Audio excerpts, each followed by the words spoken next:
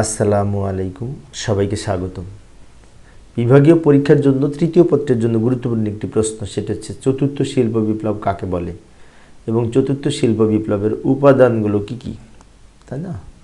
তো এখানে প্রথমে আমরা ধারণাটা দিব কাকে বলে। সেক্ষেত্রে এইভাবে উপস্থাপন করতে পারি: চতুর্থ শিল্প বিপ্লব প্রকৃতপক্ষে তথ্য প্রযুক্তি এবং কৃত্রিম বুদ্ধিমত্তা নির্ভর ডিজিটাল বিপ্লব।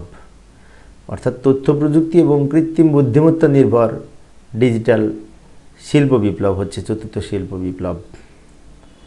এখানে আরও ধারণা এইভাবে আমরা দিতে পারি: চতুর্থ শিল্প বিপ্লব শব্দগুচ্ছ দিয়ে মূলত মানুষের হস্তক্ষেপ ছাড়াই বেশিরভাগ সমস্যা নিরূপণ এবং সমস্যার বিশ্লেষণ ইত্যাদির ক্ষেত্রে তথ্য প্রযুক্তি ব্যবহারের মাধ্যমে সমাধানের একটি প্রক্রিয়া। অর্থাৎ মানুষের হস্তক্ষেপ ছাড়াই বিভিন্ন সমস্যার সমাধান করবে রোবটের মাধ্যমে, যন্ত্রের মাধ্যমে, এই কৃত্রিম বুদ্ধিমত্তা ব্যবহার করে, যে সময়টাকে বলা হবে এই চতুর্থ শিল্প বিপ্লব। এখানে দ্য ওয়ার্ল্ড ইকোনমিক ফোরামের মতে ইংরেজিতে একটি ধারণা দেওয়া আছে চতুর্থ শিল্প বিপ্লব সম্পর্কে। সেটি হচ্ছে: the fourth industrial revolution represent a fundamental change in the way we live, work and related to one another.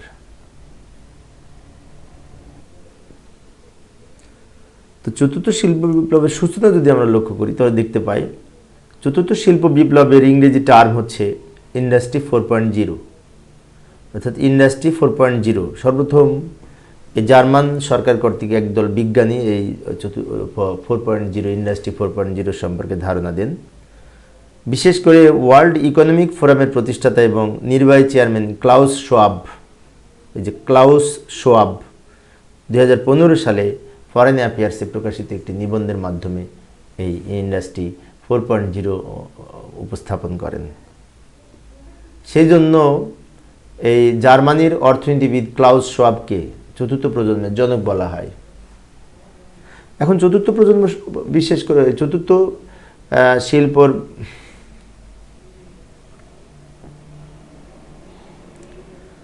শিল্প বিপ্লবের সূচনা যদি আমরা লক্ষ্য করি তাহলে দেখতে পাই চতুর্থ শিল্প বিপ্লবের ইংরেজি টার্ম হচ্ছে ইন্ডাস্ট্রি 4.0। এটি সর্বপ্রথম প্রবর্তন করেন জার্মান সরকার কর্তৃক নিয়োজিত একদল বিজ্ঞানী। বিশেষ করে এই যে ওয়ার্ল্ড ইকোনমিক ফোরামের প্রতিষ্ঠাতা এবং নির্বাহী চেয়ারম্যান ক্লাউস শোয়াব 2015 সালে ফরেন অ্যাফেয়ার্সে প্রকাশিত একটি নিবন্ধের মাধ্যমে ইন্ডাস্ট্রি 4.0 তথ্যটি উপস্থাপন করেন। সেজন্য জার্মান অর্থনীতিবিদ ক্লাউস শোয়াবকে এই চতুর্থ শিল্প বিপ্লবের জনক বলা হয়। প্রকৃতপক্ষে চতুর্থ শিল্প বিপ্লবের যুগটি হবে রোবোটিক্স, কৃত্রিম বুদ্ধিমত্তা, automation, nano technology, biotechnology, internet of things, genetic engineering, cyber security, শক্তি সঞ্চয় কিংবা quantum computing, big data centre, industrial internet of things, material science, পঞ্চম প্রজন্মের ওয়্যারলেস প্রযুক্তি, 3D প্রিন্টিং, ব্লক চেইন এবং স্বয়ংক্রিয়ভাবে যানবাহনের ক্ষেত্রে এই উচ্চ প্রযুক্তির যুগান্তকারী ব্যবহার হবে এই চতুর্থ শিল্প বিপ্লব। অর্থাৎ চতুর্থ শিল্প বিপ্লবটা মূলত এই রোবোটিক্স, কৃত্রিম বুদ্ধিমত্তা, বিভিন্ন অটোমেশনের মাধ্যমে সব কিছু পরিচালিত হবে, যন্ত্রের ব্যবহারের মাধ্যমে সব কিছু পরিচালিত হবে, তাই না? তো এখন আমরা এই যে চতুর্থ শিল্প বিপ্লবের উপাদানসমূহ যদি লক্ষ্য করি তাহলে দেখতে পাই কৃত্রিম বুদ্ধিমত্তা বা AI, আর্টিফিশিয়াল ইন্টেলিজেন্স যাকে বলা হয়। পরে আরও লিখতে পারি ইন্টারনেট অফ থিংস বা IoT যাকে বলে, তাই না? তো অবস্থান শনাক্তকরণ প্রযুক্তি, যার মাধ্যমে অবস্থান শনাক্ত করা যাবে। উন্নত মানব মেশিন ইন্টারফেস, মানুষের চেহারা সহজেই বুঝতে পারবে এরকম machine. Cognitive computing, virtual reality, cloud computing, প্রমাণীকরণ এবং জালিয়াতি শনাক্তকরণ, স্মার্ট সেন্সর, মোবাইল ডিভাইস। তো এগুলি ছাড়াও কিন্তু আরও কিছু উপাদান রয়েছে। এগুলি সম্পর্কে আমরা ব্যাখ্যাও দিতে পারি যদি বেশি বড় মার্কের প্রশ্ন, 20 মার্কের প্রশ্ন আসে অথবা 10 মার্কের প্রশ্ন আসে তাহলে আর একটু ব্যাখ্যা লিখতে হবে। এছাড়াও আরও আছে যে বিগ অ্যানালিটিক্স এবং এই ধরনের উন্নততর প্রক্রিয়া, গ্রাহক প্রোফাইলিং, অগমেন্টেড রিয়ালিটি অথবা ওয়ারেবল টেকনোলজি যাকে বলা হয় তার বিহীন প্রযুক্তি, চাহিদা সাপেক্ষে কম্পিউটার সিস্টেম রিসোর্স প্রাপ্যতা, এটা অনেকটা ক্লাউড কম্পিউটিংয়ের মধ্যে পড়ে, cyber physical system technology, nano technology, biotechnology, genetic engineering, ই গভর্নেন্স। অর্থাৎ চতুর্থ শিল্প বিপ্লব মূলত তথ্য প্রযুক্তি নির্ভর ডিজিটাল বিপ্লব, এবং এই বিপ্লবের ফলে নানামুখী সম্ভাবনা সৃষ্টি করে দেশে সামগ্রিক চালচিত্রে ব্যাপক পরিবর্তন হবে। যেমন অটোমেশনের প্রভাবে কর্মক্ষেত্রে ঝুঁকি হ্রাস পাবে এবং উৎপাদন ক্ষমতা নিয়ন্ত্রণ করা সম্ভব হবে। পাশাপাশি বিশেষ করে স্বাস্থ্য এবং চিকিৎসা ক্ষেত্রে এবং অন্যান্য পেশায় ব্যাপক বিশেষ করে আলোড়ন সৃষ্টি করার পাশাপাশি মান উন্নয়ন। তো বিভাগীয় পরীক্ষার জন্য এইটার সম্পর্কে আরও একটি গুরুত্বপূর্ণ প্রশ্ন, সেটি হচ্ছে চতুর্থ শিল্প বিপ্লব বাস্তবায়নে প্রতিবন্ধকতা সমূহ কী কী হতে পারে বলে আপনি মনে করেন? তো এখানে প্রথমে ধারণা এবং সম্ভাবনা দিব। এই চতুর্থ শিল্প বিপ্লবের ধারণা যদি লক্ষ্য করি তাহলে এইভাবে উপস্থাপন করতে পারি। উত্তর: চতুর্থ শিল্প বিপ্লব প্রকৃতপক্ষে তথ্য প্রযুক্তি এবং কৃত্রিম বুদ্ধিমত্তা নির্ভর একটি ডিজিটাল বিপ্লব, এবং এই বিপ্লবের ফলে নানামুখী সম্ভাবনা সৃষ্টি হতে পারে দেশের সামগ্রিক চিত্রে। যেমন এই অটোমেশনের প্রভাবে কর্মক্ষেত্রে ঝুঁকির হ্রাস, উৎপাদন শিল্প নিয়ন্ত্রণ, উৎপাদন শিল্পে এই অটোমেশনের মাধ্যমে বিশেষ করে স্বাস্থ্য চিকিৎসা ক্ষেত্রে ব্যাপক পরিবর্তন আসবে এবং সামগ্রিক জীবনযাত্রার মান উন্নয়ন হবে। এটা নিশ্চিত যে চতুর্থ শিল্প বিপ্লবের ফলে সামগ্রিক জীবনযাত্রার মান উন্নত হবে, দেশের চিত্র পাল্টে যাবে, তাই না?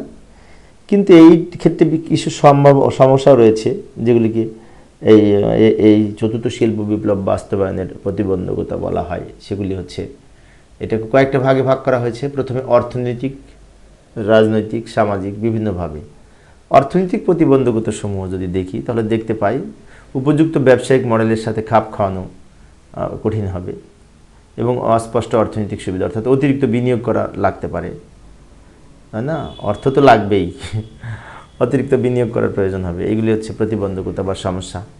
এরপরে আসি সামাজিক প্রতিবন্ধকতার মধ্যে রয়েছে ব্যক্তিগত নিরাপত্তা বিষয়ক উদ্বেগ হতে পারে, নজরদারি এবং অবিশ্বাস, একজন আরেকজনকে বিশ্বাস করবে না, সবাই ভাববে কি জানি কোন দিক থেকে এটি মানুষ না রোবট, চিনতে পারাই মুশকিল হবে। যেমন এখন মাঝে মাঝে খবর পড়ে, খবরে দেখি কেউ কেউ বলে যে রোবট খবর পড়তেছে, কিন্তু ঠিক মানুষের মতো। অংশীদারদের পরিবর্তনের সাথে মানিয়ে নেওয়া একটা অনীহা থাকবে, নতুন কিছু মেনে নেওয়ার একটা অনীহা থাকে সবার, তাই না? মেনে নেওয়ার মানসিকতা। কর্পোরেট আইটি ডিপার্টমেন্টের অপ্রয়োজনীয় হয়ে পড়ার আশঙ্কা থাকবে, সামাজিক বৈষম্য ও অস্থিরতা সৃষ্টি হতে পারে এবং স্বয়ংক্রিয় আইটি নিয়ন্ত্রিত প্রক্রিয়ার ক্ষেত্রে বিশেষভাবে শ্রমিকদের চাকরি হারানোর সম্ভাবনা থাকবে, শ্রমিকদের চাকরি হারানোর সম্ভাবনা থাকবে যখন অটোমেটিক সিস্টেমে সব কিছু চলবে। তো এগুলো হচ্ছে সামাজিক প্রতিবন্ধকতা। এবার দেখব এই রাজনৈতিক প্রতিবন্ধকতা। এর মধ্যে রয়েছে অব্যবস্থাপনা, মানদণ্ড এবং সার্টিফিকেশন ফর্মের অভাব। অনেক সময় এইগুলো করার জন্য রাজনৈতিকভাবে হয়রানি হতে পারে, মানদণ্ড নির্ণয়ের জন্য কাউকে হয়তো সুবিধা দিল, কাউকে সুবিধা দিল না, এরকম সৃষ্টি হতে পারে। জনসাধারণ বিশেষত বিরোধিতাকারীদের কার্যকলাপে নিয়ন্ত্রণে আসতে পারে। যারা এই বিশেষ করে এই মতের বিরুদ্ধে থাকবে তাদেরকে নিয়ন্ত্রণে রাখার চেষ্টা করবে বিভিন্ন কার্যকলাপের মাধ্যমে, তাই এটাও সমস্যা। অস্পষ্ট আইনি ব্যবস্থা এবং ডেটা সুরক্ষার ক্ষেত্রে সমস্যা হতে পারে।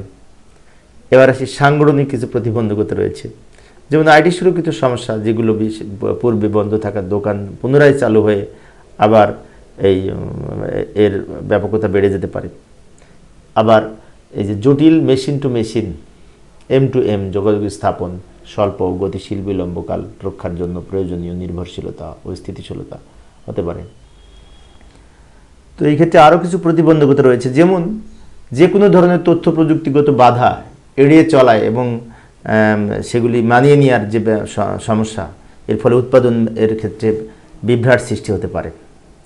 আবার শিল্পকৌশল সম্পর্কে সামগ্রিক জ্ঞান রাখার প্রয়োজনীয়তা, শিল্পকৌশল সম্পর্কে সামগ্রিক জ্ঞান রাখতে হবে, এর প্রয়োজনীয়তা আছে, কিন্তু এই ক্ষেত্রে আবার প্রয়োজনীয় যদি তথ্য সম্পূর্ণ জ্ঞানী লোক না পাওয়া যায়, সেটা একটা সমস্যা। এবং চতুর্থ শিল্প বিপ্লব দ্রুত রূপান্তরের জন্য প্রয়োজনীয় সামগ্রিক কিছু দক্ষতার অভাব রয়েছে, যেমন শীর্ষ পরিচালকদের দক্ষতার অভাব, মানে মালিকদের পক্ষ থেকে দক্ষতার অভাব, এবং দক্ষ শ্রমিকের অভাব বা শ্রমিকদের দক্ষতার অভাব, তাই না? তো এই সমস্ত চ্যালেঞ্জগুলি এই বিশেষ করে বর্তমান প্রেক্ষাপটে হতে পারে, যেগুলিকে বিভিন্ন ধরনের প্রতিবন্ধকতা বলা হয় এই চতুর্থ শিল্প বিপ্লবের ক্ষেত্রে। তো এইভাবে আমরা নিজের মতো করে আরও লিখতে পারি। আমি মূলত মেন বিষয়গুলো আলোচনা করেছি। যদি 10 মার্কের প্রশ্ন আসে তাহলে আরও সুন্দর করে এর উপর ভিত্তি করে কিছু বানিয়ে লিখতে হবে নিজেদের মতো করে। পরিশেষে সবাই ভালো থাকবে এবং সুস্থ থাকবে এই কামনায়। খোদা হাফেজ।